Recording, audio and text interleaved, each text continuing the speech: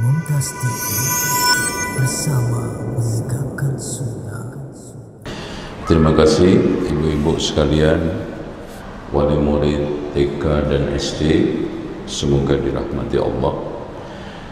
Bismillahirrahmanirrahim. Assalamualaikum warahmatullahi wabarakatuh. Ibu-ibu sudah siap ngaji, siap hati, siap pikiran, siap tenaga. Baik.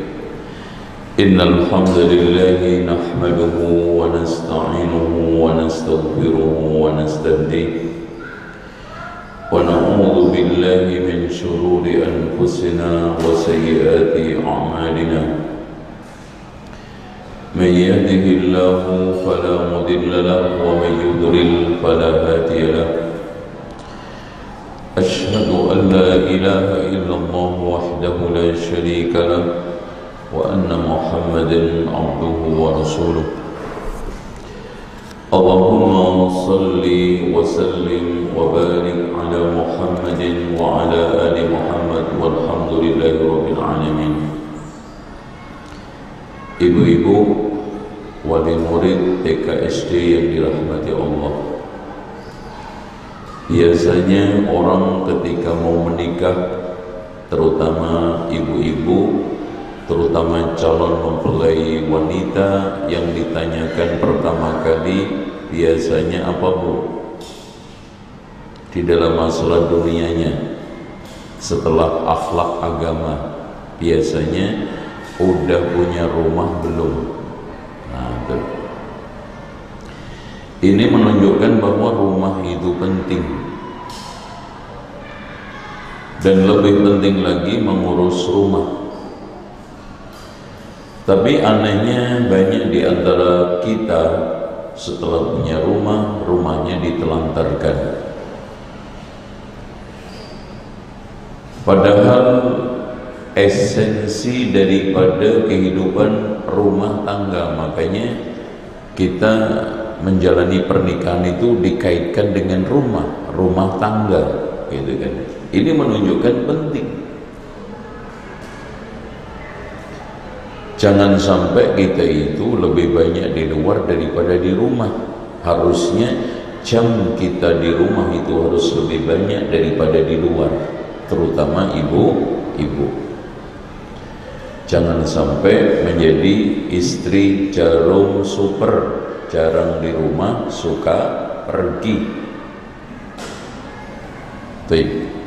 Nah, rumah itu tempat ketenangan, kata Allah. Coba ibu-ibu yang membawa Al-Quran, baik yang offline, online, digital maupun biasa, surat An-Nahl ayat 8.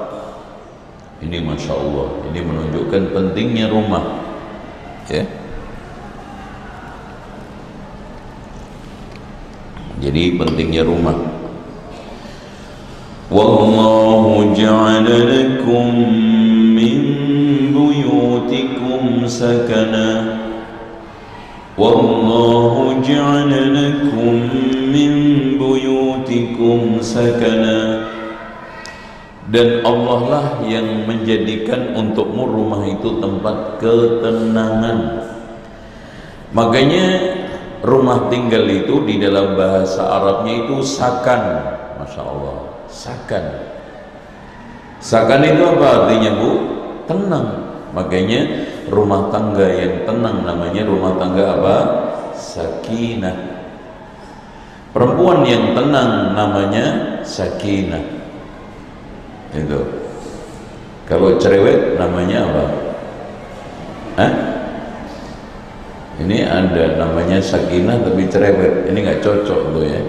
Makanya namanya harus dirubah. Jadi seperti itu. Sakan. Apalagi wanita yang memang ditakdirkan oleh Allah kulitnya sensitif, tenaganya tidak sekokoh laki-laki. Makanya Allah anjurkan di dalam Al-Quran. Coba lihat lagi surat apa ini? waqarna fi buyutikunna wa la tabarrajna tabarrujal jahiliyatil ula, tetaplah tinggal di rumah dan jangan melakukan tabarruj. Itu ya. Nah, dari situlah kita sekarang ini mendapatkan satu kesimpulan, motivasi kita untuk mengurus rumah. Jadi di sini ada kurang lebih minimal 5 motivasi kita mengurus rumah. Nih, masya Allah. Ditulis enggak? Ada orangnya enggak, Pak nih? Ada. Kok nggak jawab? Iya, jangan sendirian begini, repot ya. Gitu, ya. Baik. Motivasi kita, pendorong kita untuk mengurus rumah itu minimal 5. Yang pertama, ingin kita itu menyelamatkan, melindungi diri dan keluarga dari api neraka. Itu berangkatnya di rumah. Sebagaimana firman Allah surat Tahrim, ya ayyuhalladzina amanu qu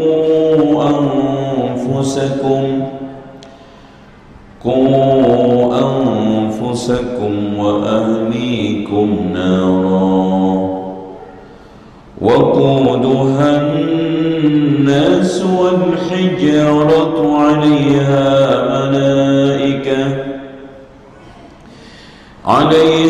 malaikatun ghiladun shidadun la ya'suna Allah ma amarahum wa yaf'aluna ma yu'marun. Wahai orang yang beriman, ini panggilan kita semua yang hadir di sini, insya Allah orang-orang beriman. Qu anfusakum wa ahlikum. Kita jaga diri kita dan keluarga kita itu bukan di kafe, bukan juga di taman-taman jomblo, dan juga tidak di pasar, tetapi menjaga diri dan keluarga dari api neraka itu di rumah. Makanya rumah ini harus kita dandanin, kita urus, kita perbaiki. Nanti insya Allah saya akan sampaikan 20 kiat untuk mengurus rumah tangga, rumah secara islami. 20 nanti insya Allah. Dan mudah-mudahan asar selesai. Gimana, Bu? Waduh, nggak jadi belanja dong. Baik. Motivasi kedua, kenapa kita harus urus rumah tangga kita? Karena beratnya, besarnya tanggung jawab pengelola rumah tangga suami istri di hadapan Allah.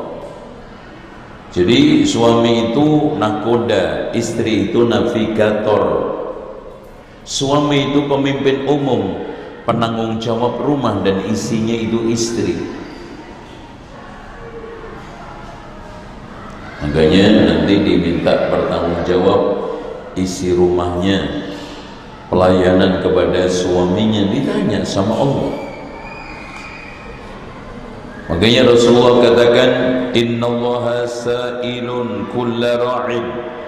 Allah akan menanyakan setiap penanggung jawab ammastar'ahu, terhadap apa saja yang sekarang ini dia kelola. Ahafidhu dzalika am dhayya'a, apakah dia lestarikan atau dia sia-siakan. Hatta yas'al ar-rajul an ahli baiti, sampai seorang laki-laki itu ditanya tentang keluarganya. Masya Allah. Motivasi yang ketiga kita kenapa harus mengurus rumah, karena rumah adalah tempat melindungi diri kita, menjaga keselamatan dari keburukan lingkungan sekitar. Jadi saya ulangi lagi, rumah itu untuk menjaga diri kita dari keburukan lingkungan sekitar kita. Itu Yang bisa melindungi, menyelamatkan adalah rumah. Dekadensi moral yang mengancam anak kita, maka rumah yang menjadi jawabannya. Kita didik dengan baik, kita proteksi dengan baik, kita awasi dengan baik. Di mana? Di rumah. Makanya Rasulullah mengatakan, tuba liman malaka lisanuhu, beruntunglah orang yang bisa mengendalikan lisannya. Wa wasi'ahu baituhu, luas rumahnya. Maksudnya masuk ke rumah itu nyaman, tinggal di rumah itu betah. Itu bukan maknanya rumahnya itu luas, maksudnya betah tinggal di rumah. Seakan rumah itu meskipun sempit kecil tapi luas, menunjukkan dia betah di rumah, kangen di rumah, pengen segera pulang ke rumah. Nah, kalau ada orang sekarang ini sudah tidak senang lagi di rumah, sumpah di rumah, wah ini masalah. Makanya awal berantakannya rumah tangga itu masing-masing pasangan sumpah di rumah, sumpah pulang ke rumah. Ya. Jadi rumahnya itu meskipun gede luas, itu kadang sempit. Kenapa? Karena tidak ada kebahagiaan, karena tidak ada ketenangan. Bahkan kata Rasulullah SAW, waspada di antara 3 orang pengkhianat. Masya Allah, ini bahaya sekali 3 pengkhianat ini. Yang pertama, wanita, istri yang pedes lisannya, judes tampilannya, cerewet mulutnya, hingga tidak membuat betah suaminya di rumah. Bila suaminya pergi, khianat terhadap diri dan hartanya. Oh, Masya Allah. Semoga ini tidak ada pada kita. Kemudian kedua, tetangga yang bila kita berbuat baik ditutup-tutupin, dan bila berbuat jelek disiarkan. Masya Allah, seumur bertetangga berbuat baik gak pernah diakui, gak pernah disampaikan. Giliran kita sedikit berbuat buruk, Masya Allah, disiarkan, mengalahkan radio RRI. Sono dikasih tahu, sana disebarkan. Masya Allah. Yang ketiga manusia pengkhianat, yaitu pemimpin pemimpin yang zalim. Bila kamu berbuat sedikit saja, bila rakyatnya berbuat sedikit saja kesalahan, langsung dibunuhnya. Oke, itu ya.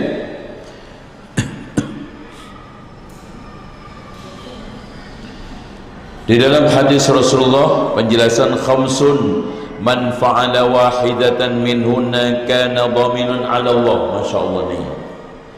Ada 5 perkara yang bila orang itu melakukan, Allah akan jamin kehidupannya. Subhanallah. Ibu-ibu, hidupnya mau dijamin Allah, dengarkan dengan baik.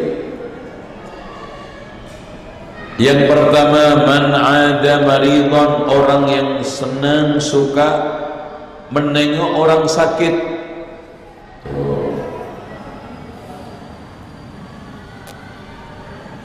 Karena nengok orang sakit ini penting, Bu. Jangan cuma kondangan aja. Tengok orang sakit, tengok orang mati, supaya lembut hati kita. Karena kata para ulama, laula salasatu ma yutaqti'ul insanu ra'sahu, kalau bukan karena 3 perkara maka manusia tidak mau menundukkan kepalanya. Itu. Yang pertama sakit, yang kedua miskin, yang ketiga mati. Masya Allah, ya. Au kharaja ghazian, yang kedua orang yang mendapatkan jaminan dari Allah adalah orang yang keluar dalam keadaan berperang, maksudnya keluar perang. Yang ketiga, au dakhala ala imam yuridu ta'zirahu aw tuqirahu, ta'zizahu wa tuqirahu, orang yang datang kepada pemimpinnya yang menginginkan untuk memuliakan dan menghormati. Masya Allah. Jadi dimuliakan dengan nasihat, dimuliakan dengan penguatan-penguatan, bukan dihinakan. Yang nomor berapa? 4 atau 5? Aduh, kok udah 5? Jadi 4, 5. Jadi empatnya berapa? Empatnya itu datang ke pemimpin, ya, memuliakan itu 3, menasihati itu 4. Oke. Nah yang sekarang kelima, au qa'ada fi baitihi, orang yang tinggal di rumah, fasaliman nasu minhu, orang selamat dari dia, dia selamat dari orang. Jadi fasaliman nasu minhu wa salima minan nas. Jadi orang itu kalau tinggal di rumah gak ngomongin orang, juga gak diomongin orang, gak tertarik dengan utang piutang dan gak diutangin. Pengen selamat, uang gak dipinjemin orang, tinggal di rumah. Pengen selamat supaya gak gampang ngutang, tinggal di rumah. Pengen awet dompetnya gak bocor, tinggal di rumah. Pengen sekarang ini duitnya awet, tidak boros, tidak keluyuran, awet, tinggal di rumah. Pengen akor sama suami, tinggal di rumah, apalagi suami ada di rumah. Tapi kalau sudah di rumah, letakkan HP. Jangan sekarang udah di rumah, suami melototin HP, istri melototin HP, sampai-sampai minta dibikinin kopi aja, WA di HP. Kan kita manfaatkan cengkrama, ngobrol offline. Subhanallah, minta bikinin teh aja WA, chatting. Itu ya, lucu. Nah sekarang motivasi yang keempat, kenapa kita harus mengurus rumah? Karena kebanyakan orang itu menghabiskan waktunya di rumah daripada di luar. Kerja capek penat, istirahat di rumah, tidur di rumah, menghibur anak istri di rumah, bermain bercanda dengan anak istri di rumah. Makanya kita harus perbaiki rumah kita biar mantep, nyaman gitu loh. Rumah itu kalau bisa dibikin bins, bersih, indah, nyaman, sehat. Nah yang nomor 5, ini yang paling penting. Kenapa kita mengurus rumah kita? Motivasi apa kita itu mengurus rumah? Yang kelima, karena rumah sebagai sarana utama untuk membangun masyarakat. Ibu-ibu, masyarakat itu kan terdiri dari RW, RT. RT paling kecil rumah. Makanya dengan memperbaiki rumah per rumah, maka akan muncul masyarakat yang baik. Baik. Sekarang kita masuk cara memperbaiki rumah yang pertama. Cara ngurus rumah yang pertama,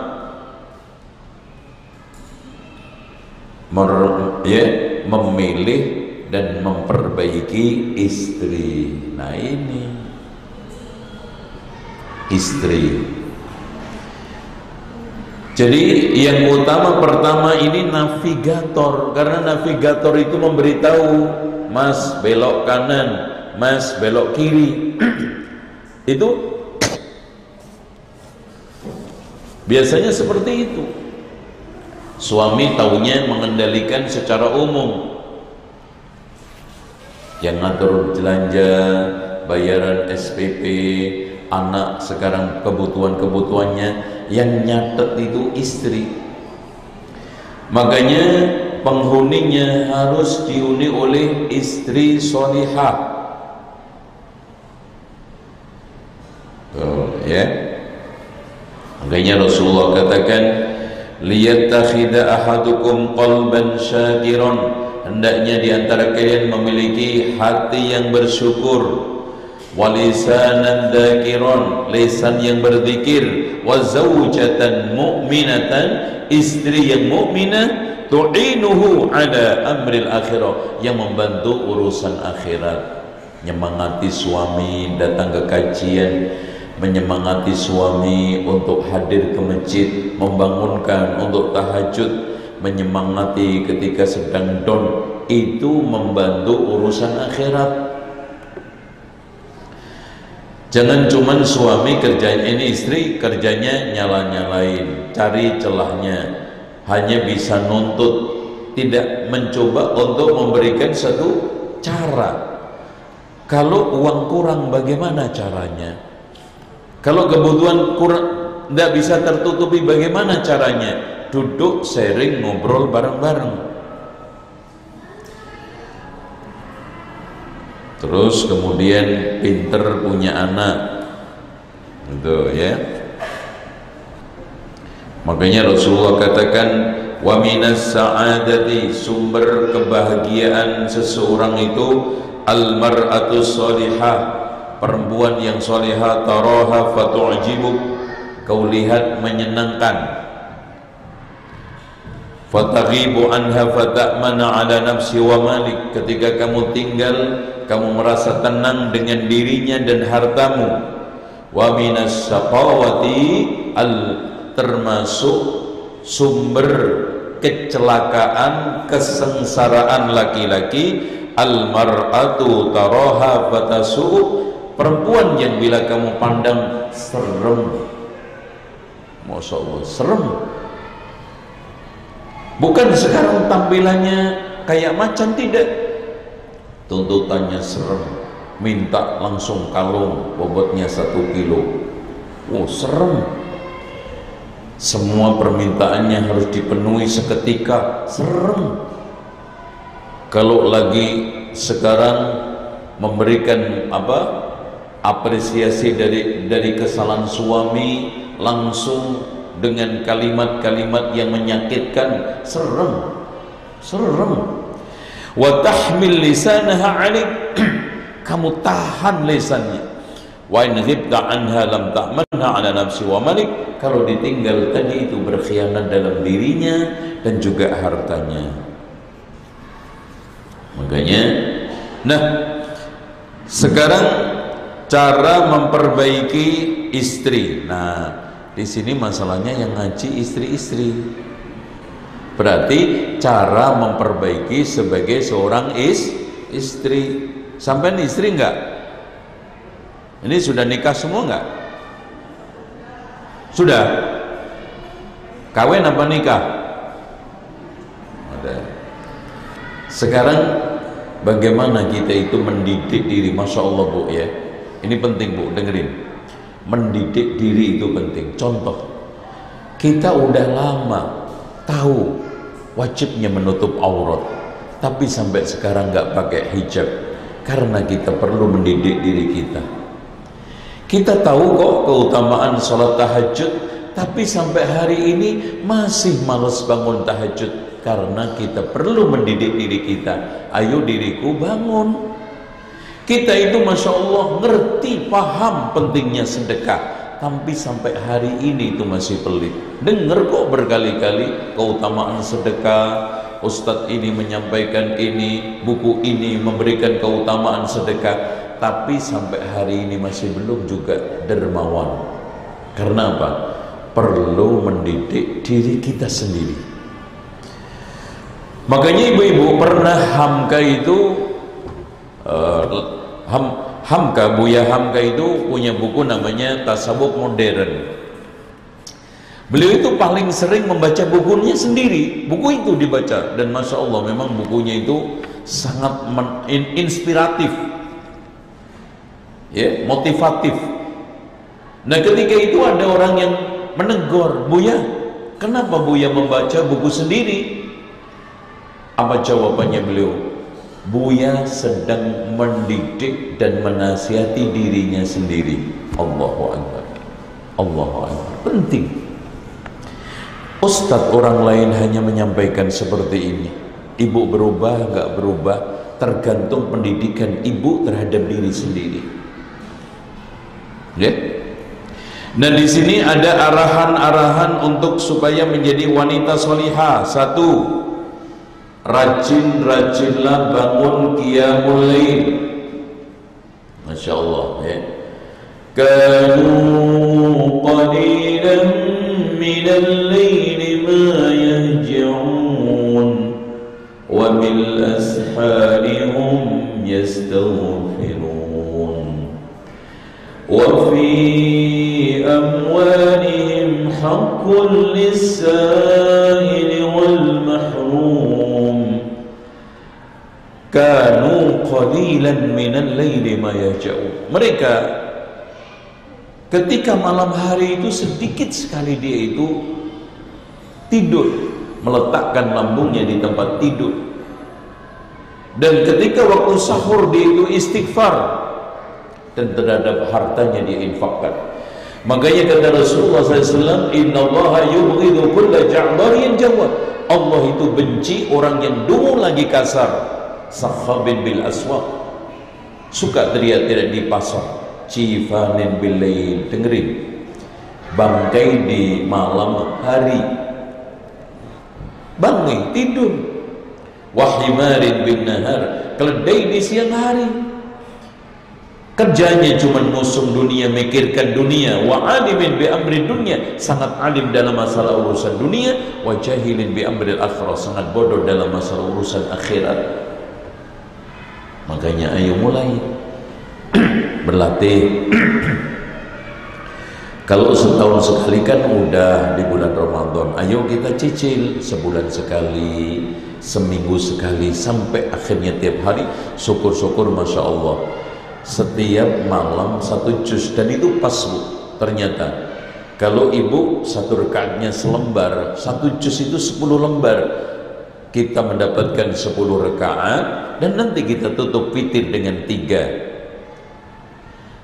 ayat. Ini rakaat pertama, Sabbih isma rabbikal a'la alladhi khalaqa fasawwa walladhi qaddara fahda walladhi akhrajal mar'a faj'alahu sa'an ahwa. Rakaat kedua, Qul ya ayyuhal kafirun la a'budu ma ta'budun wa la antum 'abiduna ma a'bud.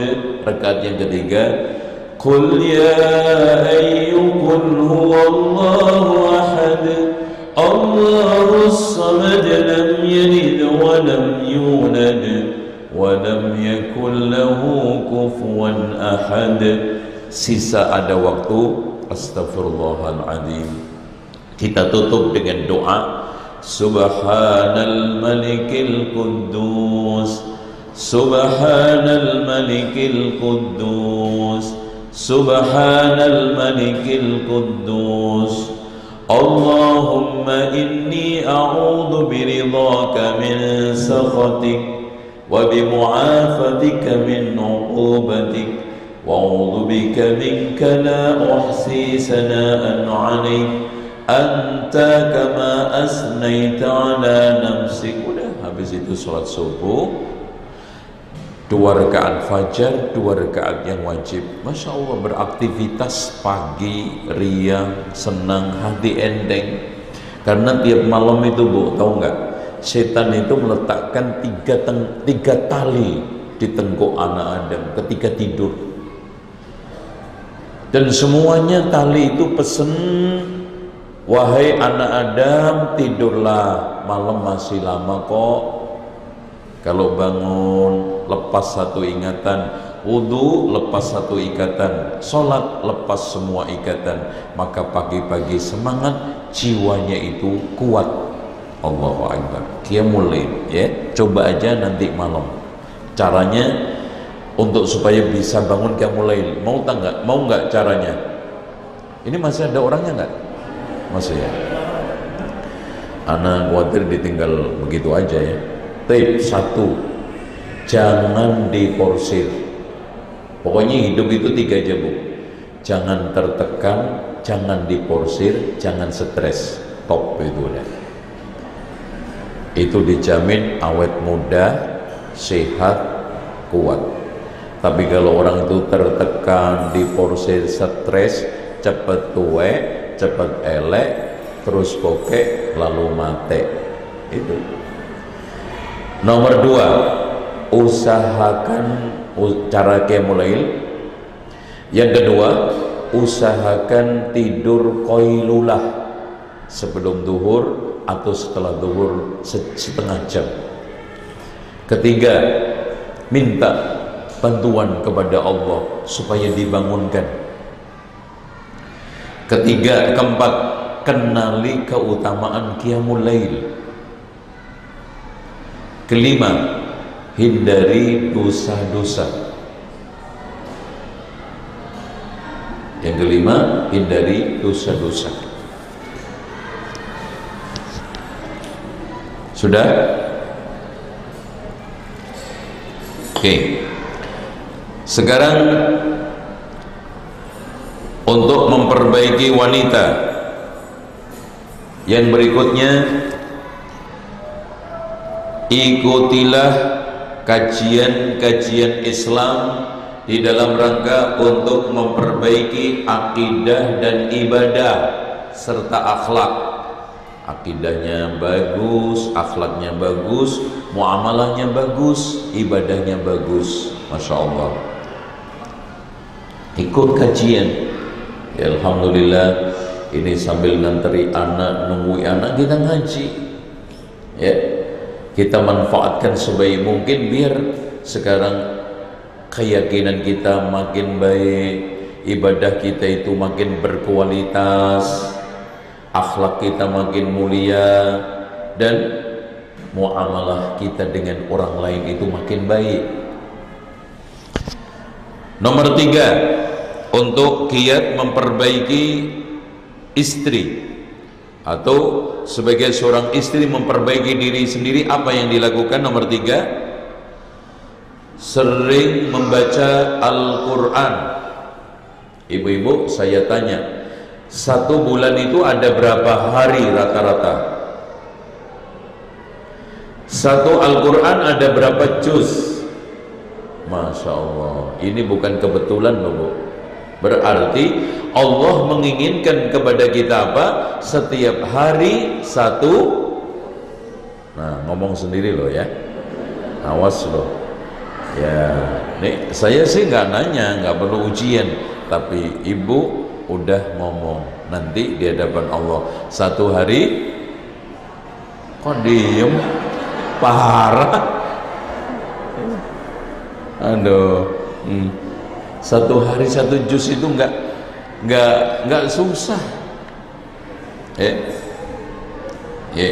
One day 1 juz. Masya Allah. Yuk kita ini anggota kajian, kita bikin ini lomba semangat 1 day 1 juz. Ya, sebelum kajian ngumpul nyetor. Yo, siapa yang sudah 1 hari ini 1, yang belum nggak apa-apa. Aduh Mbak, maaf kemarin kondangan. Ya udah, besok kondangan lagi ya. Itu. Baik. Di antara cara nah, syukur-syukur bisa menghafal Quran ya. Di sini kiat untuk menghafal Al-Quran, kuasai tajwid dan makhraj. Kemudian awali dari surat-surat pendek. Kemudian ulangi setiap ayat 20 kali Saya jamin, jangankan 20 kali, kadang-kadang kita 10-15 saja sudah kena. Kita ulangi terus 20 kali, ana jamin, saya jamin kalau ibu nggak hafal, potong kuku saya. Ya, kuku saya. Diulangi. Contoh, kita ambil surat Abasa. Abasa wa tawalla, abasa wa tawalla, abasa wa tawalla. Kita ulangi terus. Terus nanti kalau sudah dapat 5 ayat, sambung. Abasa wa tawalla an ja'ahul a'ma wa ma yudrika la'allahu yazakka aw yadhakkaru fatanfa'u dzikra. 5 sambung sampai nanti kita itu bisa nyambung satu halaman. Jangan pindah ke halaman lain sebelum satu halaman itu hafal. Abasa wa tawalla an ja'ahul a'ma wa ma yudrika la'allahu yazakka, dan seterusnya. Wal fajri wa layalin 'ashr wasyaf'i wal watr wal layli idza yasr hal fi dzalika qasamul lidhi hijr. Terus sebelum menghafal, pelototin mushaf itu minimal 2 menit atau 1,5 menit untuk ngapalin posisi ayat. Ya. Kalau kita pelototin, ketika kita lepas begini itu tahu apa, seakan melihat. Wah, ini ayat ini di atas, tengah, di samping, bawah, itu ketahuan. Ya. Ini tentang masalah tata cara menghafal, dan kita nggak usah muluk-muluk. Ibu-ibu ini cukup 1 minggu 1 ayat. Oh, Masya Allah, keren. Mosok 1 minggu nggak bisa ngerucak aja bisa, padahal ngerucak itu 2 jam loh. 1 ayat ini nggak ada 10 menit. Wan najmi idza hawa ma dhalla sahibukum wa ma ghawa wa ma yantiqu 'anil hawa in huwa illa wahyun yuha 'allamahu shadidul quwa dhu mirratin fastawa wa huwa bil ufuqil a'la thumma dana fatadalla فكان قاب قوسين أو أدنى فأوحى إلى عبده ما أوحى ما كذب الفؤاد ما رأى. Coba 10 minggu dapat 10 ayat. Oh, mending udah buat untuk sholat zuhur, asar, maghrib, isya, subuh. Sebagian kalau kita ingin khatam 1 juz 1 kali, qiyamul lail 13 rakaat, 10 untuk ngatamin 1 juz, 3 rakaat untuk witir. Masya Allah. Sekarang berikutnya, cara untuk memperbaiki dan mendidik diri sebagai seorang istri solihah. Yang keberapa tadi? Yang keempat, membiasakan dzikir, terutama pagi, petang. Tuh jangan sampai lupa tuh, perlindungan. Masya Allah. Allahumma inna nas'aluka al-'afwa wal-'afiyata fid dunya wal-akhirah. Masya Allah. Allahumma inna nas'aluka al-'afwa wal-'afiyata fi dini wa dunyaya wa ahli wa mali. Allahumma astur aurati wa amin rawati. Minta kepada Allah, ya Allah berikanlah sehat walafiat dunia akhirat saya. Ya Allah berikanlah sehat walafiat diri saya, keluarga saya, harta. Dimintai semua. Masya Allah. Allahumma afini fi badani, Allahumma afini fi sam'i, Allahumma afini fi basari. Ya Allah, sihatkanlah badan saya, sehatkanlah pandangan saya, sehatkanlah pendengaran saya. Subhanallah. Mana mungkin kita itu tidak selamat. Kita lindungi pagi petang, pagi petang. Terus kalau mau masuk rumah, bismillah. Keluar rumah, ngomel-ngomel. Ya, bismillahi tawakkaltu ala Allah. La haula wa la quwata illa billah. Zikir naik kendaraan, subhanalladzi sakhkhara lana hadza wa ma kunna lahu muqrinin. Doa, zikir, jangan sampai lepas. Karena setan itu ibu-ibu ngitarin kita itu tiap saat. Yang bisa melindungi kita adalah zikir. Itu. Mau masuk masjid, keluar masjid ada zikirnya. Masuk toilet, keluar toilet aja ada zikirnya. Gimana Bu zikirnya? Masuk toilet, bismika Allahumma amutu wa ahya. Itu benar itu. Mau tidur loh ya. Allah bismillah, kata Rasulullah, bismillah dulu, karena satru ma baina aurati bani adam minal jin idza dakhala ahadukum al-khala ay yaqula bismillah. Penutup pandangan antara jin dengan aurat anak Adam ketika masuk toilet itu bismillah. Makanya ibu kalau masuk toilet nggak baca bismillah, aurat kita dipelototin sama jin. Habis itu baru baca Allahumma inni a'udzubika minal khubusi wal khaba'is. Makan baca bismillah, habis baca alhamdulillah, dan seterusnya. Subhanallah. Senjata.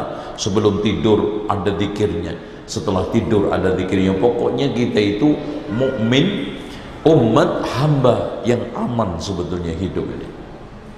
Kemudian cara untuk mendidik wanita memperbaiki diri untuk menjadi solihah, rajin-rajin sedekah. Kenapa ibu-ibu? Karena ketika Rasulullah ceramah menjelaskan penghuni terbanyak neraka siapa? Wanita apa perempuan? Perempuan apa wanita? Ya, perempuan. Karena singkatannya PR, karena sering bikin PR. Ya. Rasulullah kasih apa solusinya? Ya ayyatuhan niswa tasaddaqna. Wahai perempuan, perbanyaklah sedekah. Fa inni ra'aitukunna aktsara ahlin nar. Saya melihat kalian itu terbanyak penghuni neraka. Allahu akbar. Sedekah. Dan kita tidak hitung-hitung banyaknya, yang penting sekarang sisihkan. Ya, ke yatim piatu, ke rumah tahfidz, ke tempat-tempat jalan kebaikan. Gak peduli 1000, 2000. Jangan menilai sekarang kuantitasnya, tetapi keikhlasan kualitas kita untuk memberikan itu yang penting. Yang berikutnya, bagaimana wanita itu mendidik dirinya untuk menjadi wanita yang solihah, istri yang solihah. Berikutnya adalah sering membaca buku-buku bermanfaat. Ada waktu senggang, ada rekreasi nih, kayak ini sekarang ibu-ibu TK rekreasi bawa buku. Jangan sekarang yang dipikiri pizzanya, KFC-nya, ininya itunya, otaknya lupa, kosong. Nih ya dibawa, masya Allah, buku kecil aja, nggak usah gede-gede. Kalau gede-gede nanti tumbang duluan, belum khatam. Tuh dibaca buku. Kemudian yang selanjutnya, mendengarkan video ceramah dari para ulama. Tuh ya. Ini cara untuk mendidik diri supaya sekarang ini kita menjadi wanita solihah. Kiat berikutnya untuk supaya kita itu menjadi wanita solihah, memilih teman-teman yang baik. Ngegrupnya itu ngegrup wanita-wanita yang senang kajian, bukan wanita-wanita yang sekarang ini senang ngerumpi, ngumpul, gosip. Apalagi sebagian ibu-ibu, masya Allah, gayeng banget, anteng banget kalau sudah ke majelis gosip wal ghibah. Ya, kadang-kadang tematik. Ya. Terus kemudian yang terakhir, menolak berbagai macam ajakan keburukan dari teman-teman. Tuh, ini yang pertama. Yang pertama ya. Kemudian kiat yang kedua, kiat untuk mengurus rumah. Ini tadi penjelasan yang pertama. Jadi insya Allah gini Bu, insya Allah ini nanti kita akan bahas setiap minggu ke-24 ya. Ya, setiap minggu genap kan gini, ganjil itu Sayyidul Khotir, genap ini nanti kita ini bahas 20 poin itu secara detail, rinci ya, alon-alon, tenang, biar mancep, biar masuk, merasuk, sehingga menjadi bagian daripada hidup kita. Karena ini inti daripada kebahagiaan, sumber dari kebahagiaan rumah tangga kita. Bagaimana cara kita itu, rumah kita itu baik, rumah kita itu aman, rumah kita itu betah. Jadi tidak sekarang sesek. Ada orang yang nggak betah di rumah karena tidak diperbaiki, karena banyaknya setan, bukan banyaknya malaikat. Makanya kita perbanyak ngundang malaikat, jangan ngundang setan. Caranya kita perbaiki dengan kiat 20 insya Allah. Masih ada waktu nggak? Oke, kalau begitu pas satu aja deh, nanti yang kedua berikutnya. Ya, kedua sebetulnya yang kedua ini bagaimana rumah kita jadikan sebagai tempat kiblat sholat dan zikir. Itu yang kedua. Tapi karena waktu, sekarang kita buka tanya jawab biar ibu juga nggak jenuh, nggak sepaneng, nggak monoton. Sekarang kita ramaikan dengan tanya jawab sehingga di sini ada dialog. Silakan.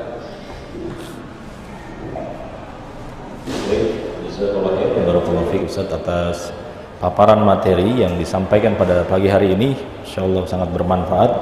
Ada beberapa hal yang kita bisa ambil dan kita bisa amalkan di kehidupan kita sehari-hari. Baik, bagi pemirsa ZA Official dan TV-TV Sunnah yang merelay kajian secara langsung pada pagi hari ini, untuk melanjutkan atau memperluas pembahasan kita di pagi hari ini, silakan menghubungi nomor 0811 8033 389 0811 8033 389, baik interaktif langsung ataupun melalui pesan singkat.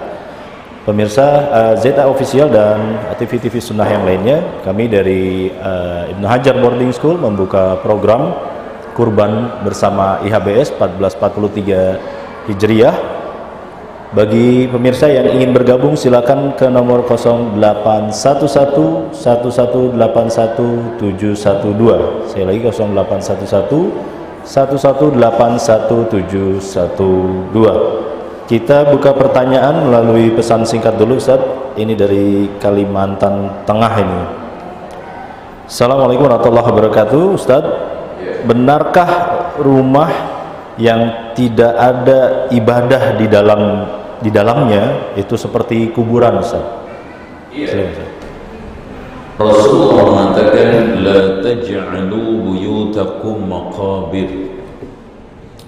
Janganlah jadikan rumahmu itu seperti kuburan, mirip kuburan. Di mana nggak ada tahajud, nggak ada bacaan Al-Quran, nggak ada aktivitas zikir, layaknya seperti kuburan.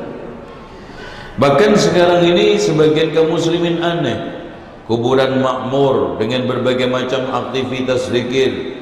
Di antara mereka ada yang sampai khatam 30 juz di kuburan, berzikir di kuburan, rumahnya sepi.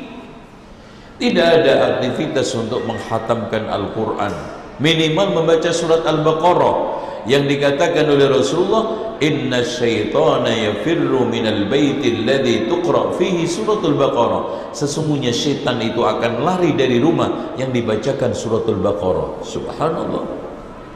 Makanya makmurkan dengan sholat, makmurkan dengan membaca Al-Quran, terutama surat Al-Baqarah. Makmurkan sekarang dengan zikir supaya tidak mengundang setan. Bahkan yang kita undang adalah malaikatur rahmah. Wallahu a'lam. Baik, Ustaz, jazakallahu khair atas jawabannya. Pertanyaan selanjutnya masih dari pesan singkat dari hamba Allah di Jakarta, Ustaz. Apa yang dimaksud dengan emansipasi wanita dan apa tujuan emansipasi wanita, Ustaz? Jazakallahu khair. Sekarang ini digulirkan kesetaraan gender, emansipasi wanita. Padahal yang memelopori emansipasi wanita yaitu R.A. Kartini itu tidak sama sekali terbersit yang dimaksudkan orang-orang sekarang.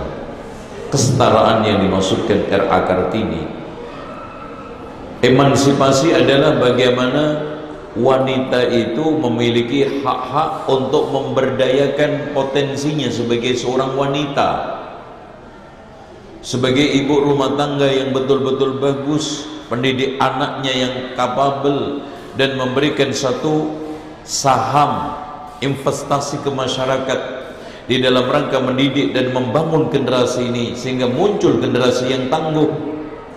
Makanya di dalam pandangan para ulama, al-ummu madrasatun, ibu itu seperti sekolah. In a'adattaha a'adatta sya'ban tayyibal a'rab, kalau kamu siapkan maka kamu telah menyiapkan generasi yang tangguh. Itu ada di tangan wanita, ya, wallahu a'lam. Jadi bukan emansipasi yang sekarang ini mereka mengikuti seluruh alur sehingga berebut dengan laki-laki di dalam medan kehidupan. Bahkan sekarang ini beberapa posisi-posisi direbut, akhirnya laki-laki banyak yang nganggur, banyak yang sekarang dikalahkan, dan ujung-ujungnya tidak maksimal. Wallahu a'lam bishawab. Jazakallahu khair, barakallahu fikum Ustaz atas jawabannya. Kita bertanya dari masjid langsung nih Ustaz, jamaah masjid.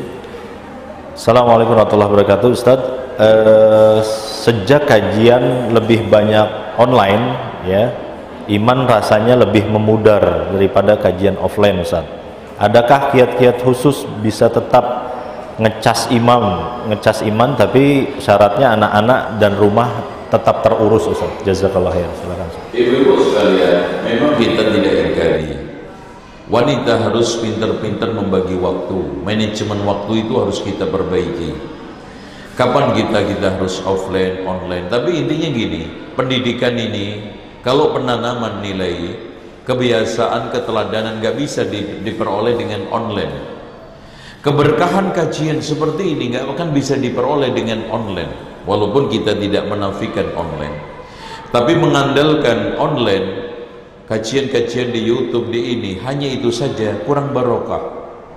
Karena keberkahan seperti yang dikatakan oleh Rasulullah, turun ketenangan diliputin oleh rahmat, dikelilingi malaikat itu ketika kita datang ke majelis seperti ini, insya Allah. Dan dari situlah kita akan mendapatkan berbagai macam kemanfaatan, adab majelis, ya, keberkahan di dalam majelis, teguran ustaz, ilmu yang langsung direct live, ya. Ini semuanya faedah-faedah yang tidak akan bisa dapat di dalam online. Wallahu a'lam. Jazakallahu khair Ustaz, barakallahu fik atas jawabannya. Kita lanjutkan Ustaz ke pertanyaan pesan atau pertanyaan dari jamaah langsung. Ustaz, bagaimana cara menyikapi diri kita sendiri ini sebagai seorang istri, Ustaz, di mana suami saat habis ditelepon ibunya selalu marah, Ustaz, selalu marah tanpa ada alasan apapun. Nah, menjadi emosi kepada anak-anak dan istri yang kadang ditanya apa masalahnya namun selalu diam dan menutup diri. Bagaimana menyikapinya? Silakan, Ustaz. Biasanya ada masalah krusial gini, Bobo, ya, tolong diperhatikan.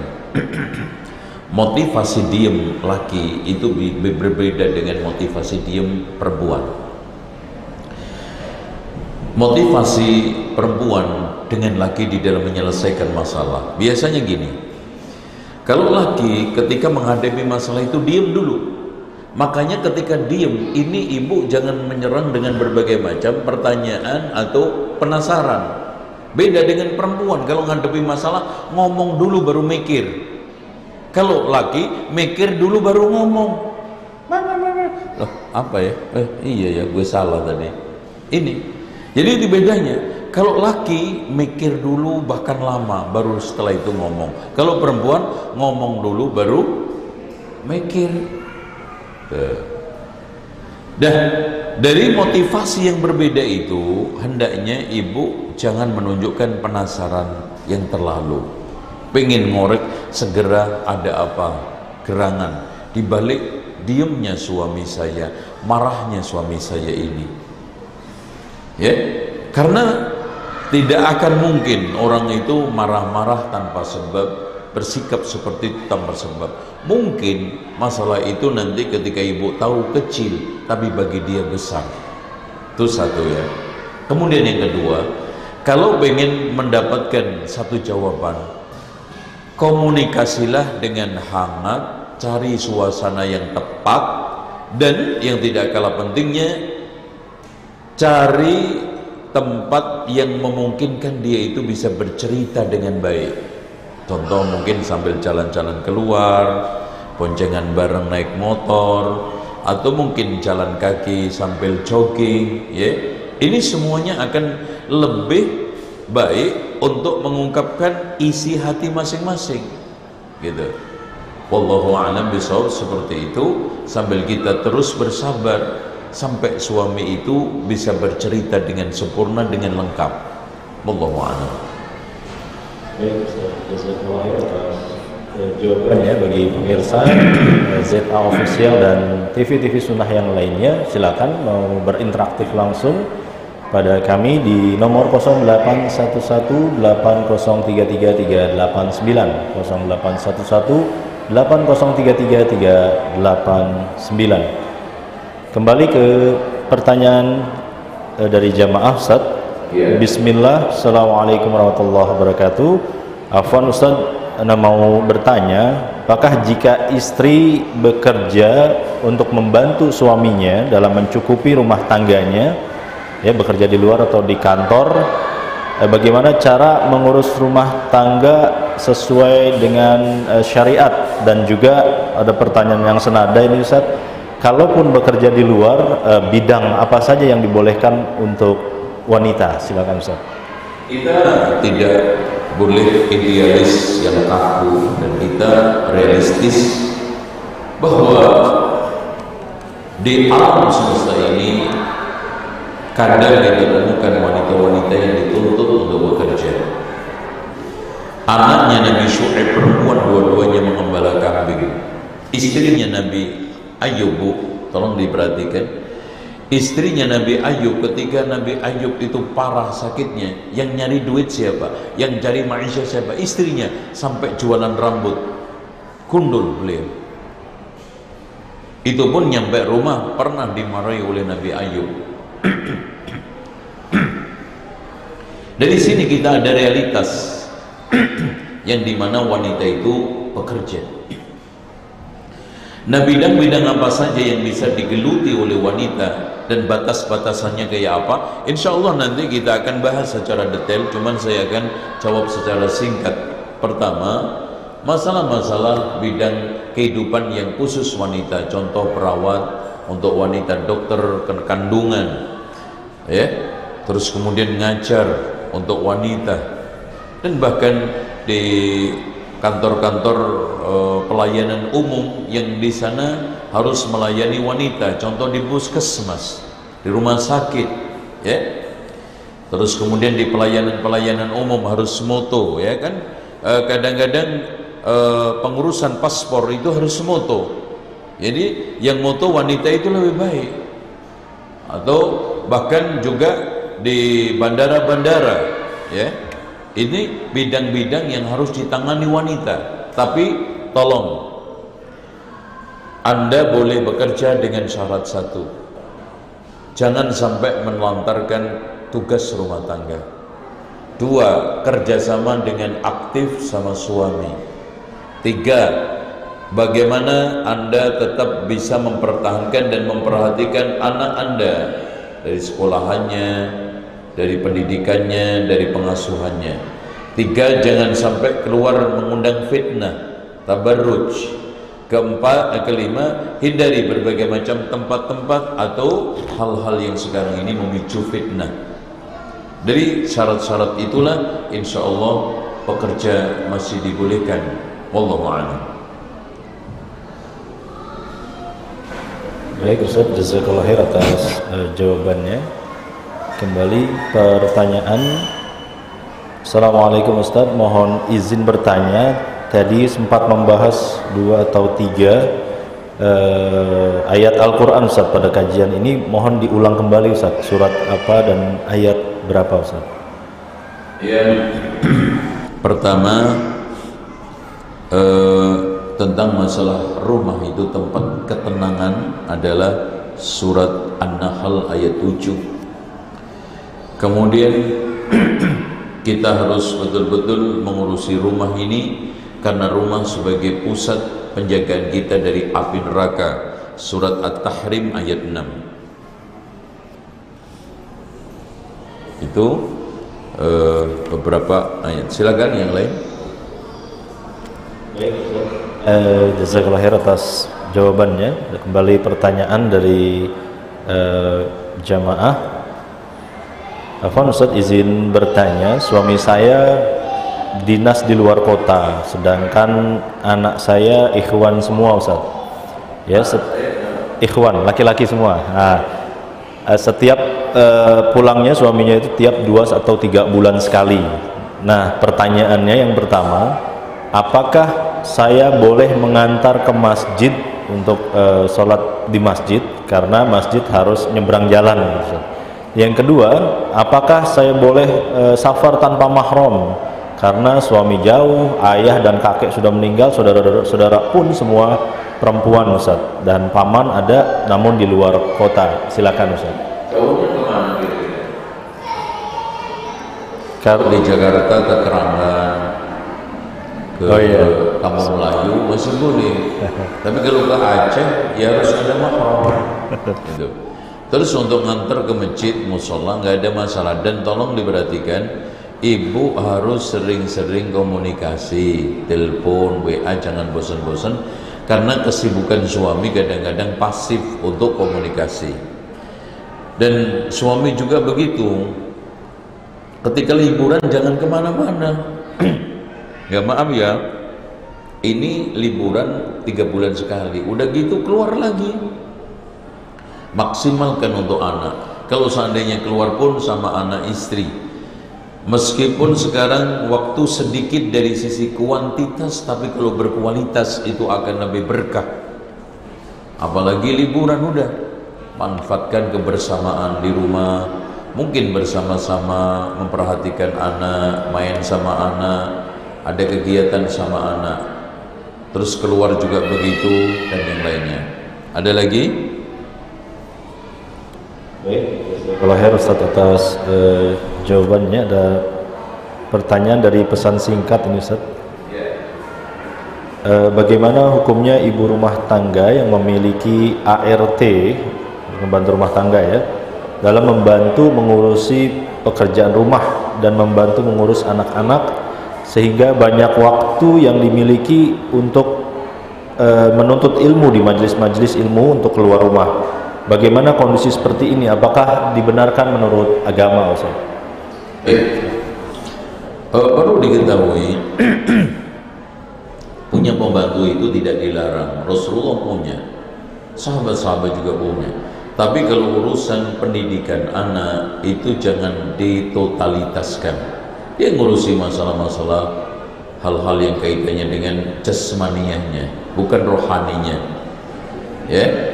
Dan orang tua juga, ibu harus sering memberikan pembekalan kepada pembantu tersebut, kasih masukan-masukan, ngomongnya jangan begini mbak, harus begini, kalau ini begini. Jadi supaya anak-anak ini terbekali dengan baik. Apalagi pembantu yang tidak terkontrol, untuk mendiamkan anak dengan sekarang jalan pintas, dikasih aja HP atau di setelin TV, syukur-syukur nggak dikasih obat tidur aja, repot nanti. Makanya harus tetap ada pengawasan, ya. Wallahu a'lam. atas jawabannya. Ini pertanyaan terakhir ini Ustaz. Ya. Bismillahirrahmanirrahim. Assalamualaikum warahmatullahi wabarakatuh. Ustaz, anak punya anak perempuan yang baru lulus dari sekolah sunnah dan dia berminat untuk kuliah di bidang ilmu umum Ustaz. Apa nasihat yang harus Ana sampaikan kepada anak perempuan Ana terkait lingkungan pergaulan di kampus umum tadi mungkin yang tentu saja berbeda? Silakan. Ini penting nih, karena kita tidak bisa menghukum anak, dan juga sekarang sekolah sunnah yang sekarang ini menawarkan jurusan itu kurang. Caranya begini, ibu betul-betul bekali, syukur-syukur bisa masuk pesantren itu dari SMP sama SMA. Jadi kenapa di HBS ini kita SMP SMA itu kita bikin satu paket? Karena ibarat bikin roti Bu. Ini SMP itu baru dicetak, siap untuk diempan dibakar. Nah SMA itu pembakaran, sehingga kalau kelempar jatuh itu nggak pecah, nggak remek, akhirnya nggak kuat. Kemudian yang kedua, ibu sejak SMP sudah ajak komunikasi. Saya anjurkan, saya sarankan, syukur-syukur bisa memilih jurusan kedokteran yang lebih banyak mengurusi kaitannya dengan wanita, spesialis contoh kandungan, ya spesialis macam-macam, ada THT, ini semuanya bisa diambil. Kalau seandainya sekarang ini milih jurusan yang paling aman selain kedokteran adalah teknik sipil. Kenapa? Nanti dia bisa memanfaatkan itu, dia tetap di rumah mengerjakan proyek-proyek pesanan gambar dan yang lainnya, arsitek tetap di rumah. Jurusan yang berikutnya yang rada aman adalah tata boga, tata busana. Itu jurusan-jurusan pilihan yang sangat baik buat untuk perempuan. Nah, bagaimana proses kuliahnya? Pertama, carilah kampus yang dekat dengan tempat tinggal ibu.